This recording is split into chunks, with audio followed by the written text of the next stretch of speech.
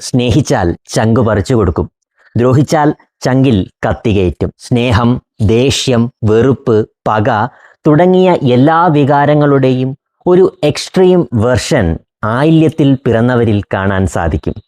പിടിവാശി, മേധാവിത്വം, ആർക്കും കീഴ്വഴങ്ങിക്കൊടുക്കാത്ത സ്വഭാവ പ്രകൃതി, നല്ല തൻ്റേടം ഉള്ളവരാണ് അധികവും.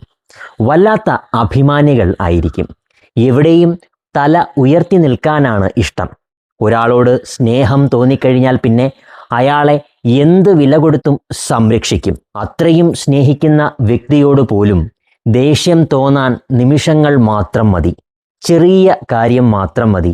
അങ്ങനെ ഒരു വെറുപ്പ് ഒരാളോട് തോന്നിക്കഴിഞ്ഞാൽ പിന്നെ ചത്താലും മാറില്ല. ആരോടായാലും വെറുപ്പ് തോന്നിയാൽ പിന്നെ അതങ്ങ് മനസ്സിൽ നിന്ന് പോകില്ല. ആ വെറുപ്പ് അങ്ങനെ അവിടെ കിടക്കും. മറ്റുള്ളവരെ മനസ്സിലാക്കാനുള്ള കഴിവ് കുറവാണ്. നല്ല ആൾക്കാരെ കുറേ കാലം അകറ്റി നിർത്തുകയും നല്ലതല്ലാത്തവരോട് പെട്ടെന്ന് അടുക്കുകയും അവരെ എടുത്ത് തലയിൽ വയ്ക്കുകയും ചെയ്യും. പ്രിയപ്പെട്ടവരോട് ഉള്ളിലെ സ്നേഹം പുറമെ പ്രകടിപ്പിക്കാതെ മസിൽ പിടിച്ചു നിൽക്കുന്ന ആറ്റിറ്റ്യൂഡും ധാരാളമായി ആയില്യത്തിൽ ജനിച്ചവരിൽ കാണാറുണ്ട്.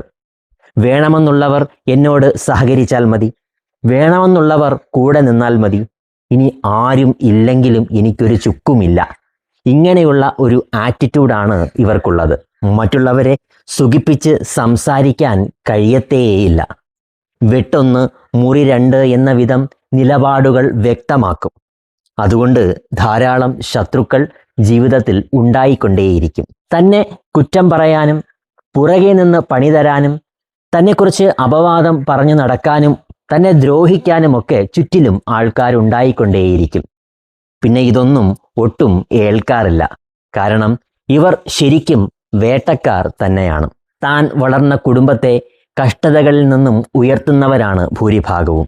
പക്ഷേ സഹോദരങ്ങൾ ഉൾപ്പെടെയുള്ള സ്വജനങ്ങളെ കൊണ്ട് തനിക്ക് കാര്യമായിട്ടുള്ള ഗുണങ്ങൾ ഉണ്ടാകാറില്ല.